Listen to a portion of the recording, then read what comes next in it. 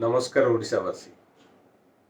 काली आमर महामहिम राष्ट्रपति श्रीमती द्रौपदी मुर्मूंकर जन्मदिन थिला। सेही अवसर रे महामहिम राष्ट्रपति ओ आमर प्रधानमंत्री राष्ट्रपतिंकर निज गाँ पहाड़पुर आसथिले एवं सेठी जहा हेला आउ आमर माननीय प्रधानमंत्री श्रीजुक्त नरेंद्र मोदी जहा घोषणा कले ताहा केबे भी ओडिशावासी स्वप्न सुधा भावी नथिले। चलंतु ये भिडियोटी टिके देखिनवा। प्रधानमंत्री भावरे पहाड़पुर और रायरंगपुर अंचल को मोदी जी ये प्रथम आगमन। या पूर्वरु 2004 मसीह रायरंगपुर आसीथिले। सेतेबेले से गुजरात रो मुख्यमंत्री थिले। आदरणीय मोदी जी ओडिशा प्रति आपणकर स्वतंत्र स्नेह एवं श्रद्धा रही।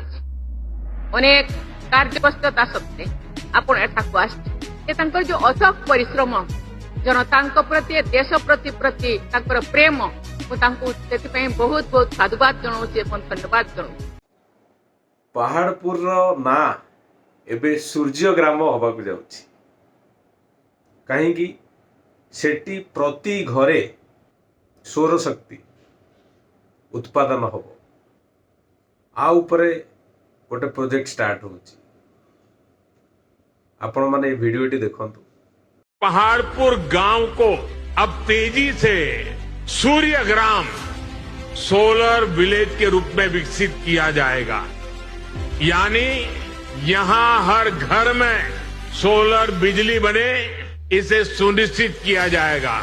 और हम तो बड़ा गर्व के साथ कह सकते हैं कि यही ओडिशा है जहां कोणार्क में सूर्य मंदिर की एक पहचान है। वैसे ही पहाड़पुर सूर्य ग्राम की पहचान बन जाएगा। ये पूरा गांव सोलर विलेज के रूप में पहचाना जाए, इस दिशा में काम तुरंत शुरू हो, ऐसी मेरा प्रयास रहेगा।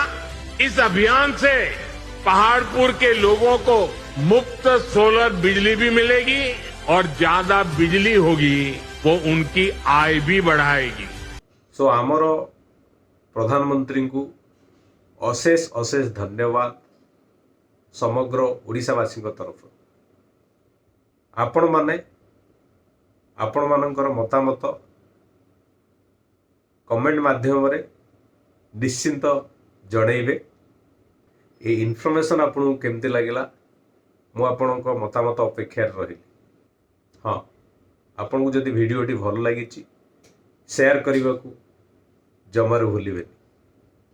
एमिति नुआ नुआ मजादार इनफॉरमेशन पई आपण चैनल टी को सब्सक्राइब कर दियंतु, फॉलो कर दियंतु। रहिली। जय जगन्नाथ।